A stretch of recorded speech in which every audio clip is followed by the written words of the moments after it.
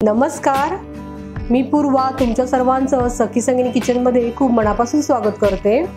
चला तर मग आजच्या व्हिडिओला सुरुवात करूया। आज मी तुमच्याबरोबर शिल्लक राहिलेल्या चपात्यांपासून एक भन्नाट रेसिपी शेअर करणार आहे। त्यासाठी मी 2 मध्यम आकाराचे गाजर उभे पातळ कापून घेत आहे।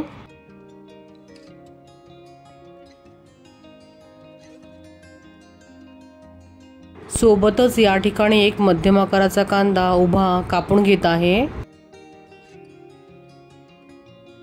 त्याचबरोबर या ठिकाणी 100 ग्रॅम पनीर बारीक पीसेसमध्ये कट करून घेत आहे। जर तुम्हाला पनीर नसेल आवडत तर तुम्ही या ठिकाणी पनीर स्किप सुद्धा करू शकता। सोबतच या ठिकाणी एक मध्यम आकाराचा टोमॅटो बारीक पीसेसमध्ये कट करून घ्यायचा आहे। आता मी कढईमध्ये 1 चमचावर साजूक तूप घालते। तुम्ही या ठिकाणी बटर किंवा तेल सुद्धा वापरू शकता। आता तूप चांगलं गरम झाल्यावरती यामध्ये पाव चमचा जिरं घालायचं, सोबतच बारीक चिरून घेतलेला कांदा घालायचा आहे। आता जवळपास 10 सेकंड्सपर्यंत कांदा चांगला तेलावरती परतवून घ्यायचा आणि यामध्ये कापून घेतलेलं गाजर घालायचंय। ही रेसिपी करताना यामधील भाज्या जास्त मऊ करायच्या नाहीत, तर त्या क्रंची राहायला पाहिजे याची काळजी घ्यायची आहे। आता या ठिकाणी यामध्ये अर्धी बारीक चिरून घेतलेली शिमला मिरची घालायची। तुम्ही या रेसिपीमध्ये तुमच्या आवडीप्रमाणे भाज्या कमी अधिक करू शकता। बारीक चिरलेला टोमॅटो घालायचा आणि सर्व एकत्र चांगलं परतवून घ्यायचं आहे।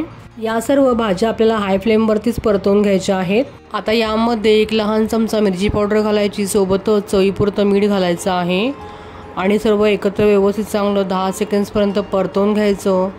सोबतच यामध्ये पनीरचे बारीक केलेले तुकडे घालायचे आणि आता यामध्ये चमचाभर टोमॅटो केचप घालायचा आणि सर्व एकत्र चांगलं मिक्स करून घ्यायचं आहे आणि लगेचच गॅस बंद करून घ्यायचा।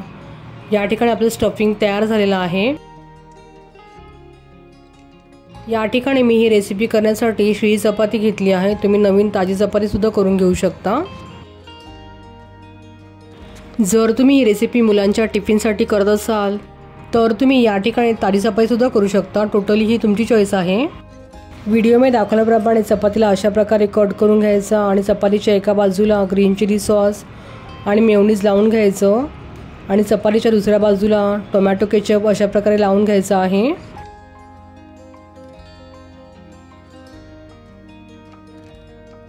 आता यावरती कांद्याचे, शिमला मिरचीचे व टमाटरचे गोल काप अशा प्रकारे लावून घ्यायचे आहेत। आता चपातीच्या तिसऱ्या बाजूला पनीरची तयार केलेली भाजी अशा प्रकारे पसरवून घ्यायची आहे आणि आता चपातीच्या शेवटच्या बाजूला भरपूर सारा चीज किसून घालायचा आणि व्हिडिओमध्ये दाखवल्याप्रमाणे सर्व बाजू ह्या फोल्ड करून घ्यायच्या। अशा प्रकारे या ठिकाणी आपलं उरलेल्या चपात्यांपासून सँडविच तयार झालेला आहे। आता तव्यावर थोडं तूप पसरवून चपातीचं सँडविच दोन्ही बाजूने चांगलं खरपूस भाजून घ्यायचं आहे। तुम्ही या ठिकाणी बटर किंवा तेल सुद्धा वापरू शकता।